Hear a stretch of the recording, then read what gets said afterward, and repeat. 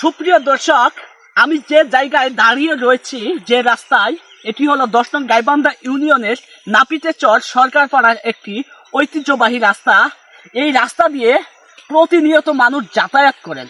তো আমি আমাদের গ্রামের কাটিং টু ফিটিং ম্যানের কথা উল্লেখ করব।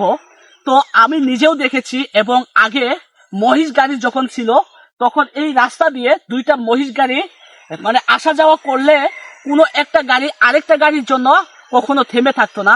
বর্তমান সময়ে আমাদের গ্রামের কাটিং ম্যানেরা রাস্তাটা কাটিং টু ফিটিং করে খুব সুন্দর করে দিয়েছেন, তাদেরকে ধন্যবাদ জানাই। তো আমি যে কথাটা বলতে চাই, বর্তমান সময়ে দুইটা মানুষ যদি, একটা মানুষ ওই পাশ থেকে আরেকটা মানুষ ওই পাশ থেকে যদি আসা যাওয়া করে, একটা মানুষ এইভাবে দাঁড়িয়ে তাকে জায়গা দেওয়া লাগবে, মানে দিতে হবে, তারপর সুন্দরভাবে যাওয়া যাবে। আর যদি আমি আরেকটা কথা এড করি, সেটা হলো মোটর সাইকেল বা সাইকেল, যদি একটা সাইকেল দিয়ে মানুষ আসে, আরেকটা মানুষ, শুধু মানুষ যদি এখানে দাঁড়ায়, তাহলে ঠিক এইভাবে জায়গা দেওয়া লাগবে ওই মোটর সাইকেল বা সাইকেলের জন্য। তো দেখেন গ্রাম অঞ্চলে মানুষ কতটুকু সহজ সরল তা দেখলে বোঝা যায়।